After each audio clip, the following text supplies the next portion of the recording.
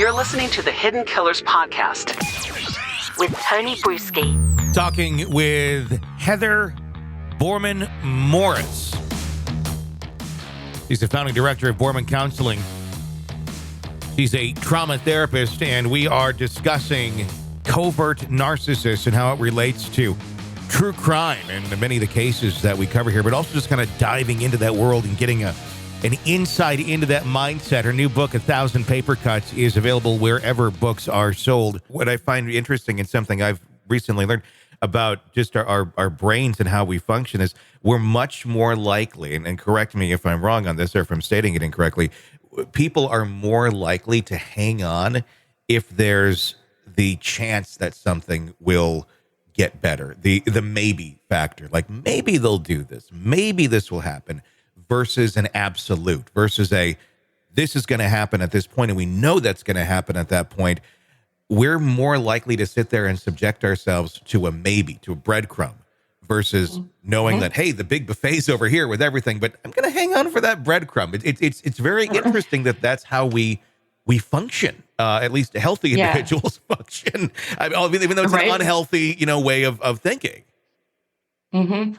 There are studies done back in the 1950s by B.F. Skinner, and it's a study where there were mice, and in one cage, the mice pressed a button, and every time they pressed the button, they got food. Mm-hmm. And in the other cage, they pressed a button, and sometimes they would get the food, and sometimes they wouldn't get the food.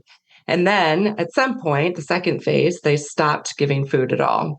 The mice who got food every time they pressed the button stopped pressing the button after 2 or 3 times. Because they expected, right? There's no food. Okay, this doesn't work anymore.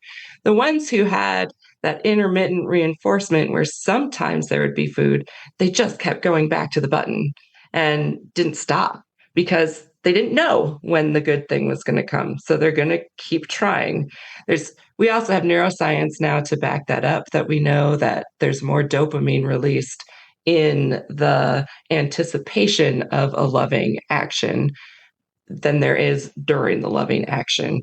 And that's what covert narcissists feed off of. That's how they control their targets. How interesting.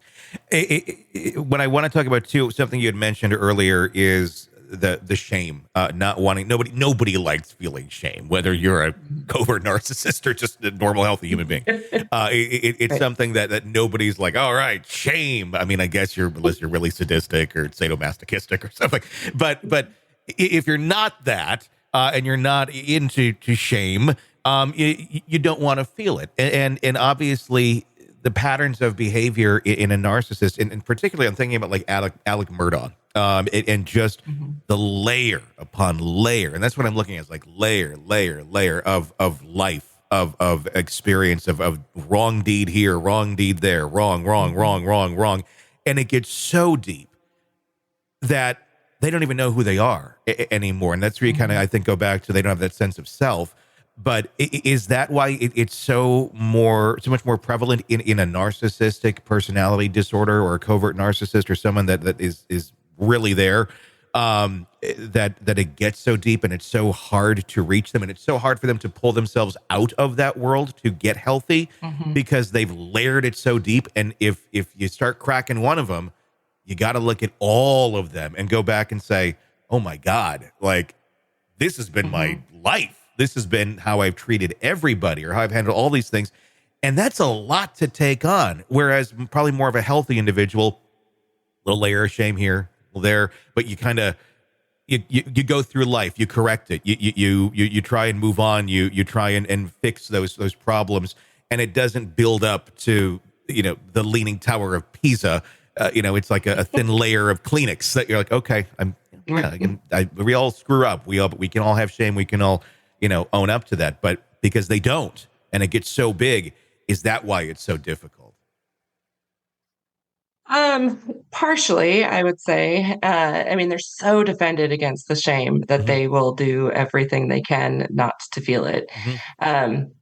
However, the flip side is you may be giving them a little bit more benefit of the doubt. Okay. That I don't think that they're, it's about the shame of actually recognizing how they've treated other people Like Okay. they just don't consider how other people are Mhm. feeling. There's the more on the malignant side that you get, the less empathy there is, like genuinely unable to feel it. Covert narcissists can mask and pretend to be empathetic, Uh-huh. but they actually don't feel what other people are feeling or can recognize what other people are feeling. So I don't think it's about protecting themselves against that reality. It's more protecting themselves against other people thinking badly of them. Interesting. So I'm going to keep up with the lies. I mean, they Yeah. lie about everything, about Sure. stupid things that you don't need to lie about. Yeah. I'm just going to keep up with this. I'm going to do the next thing that's going to put me in the best light. I mean, I think Alec Murdoch is a perfect example of that, Yeah. right? Like the world was crashing down.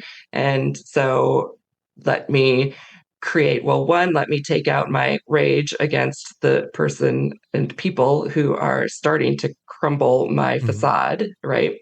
And then also I'll try and garner some sympathy. Mhm. And then when that's starting to not work so well, then okay, I will pretend that I'm suicidal. Mhm.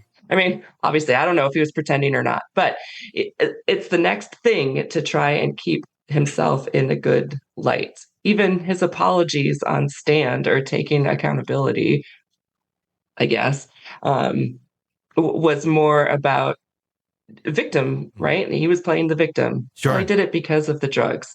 It's let me get garner sympathy from you.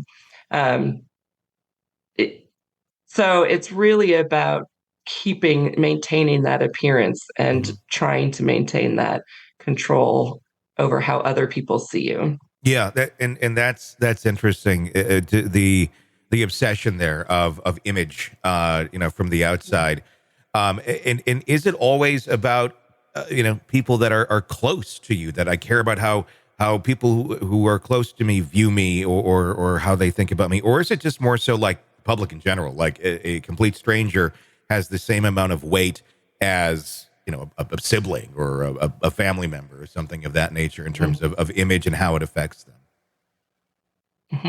Mhm. Yes, they care far more about public image than they do about the people who are close to them.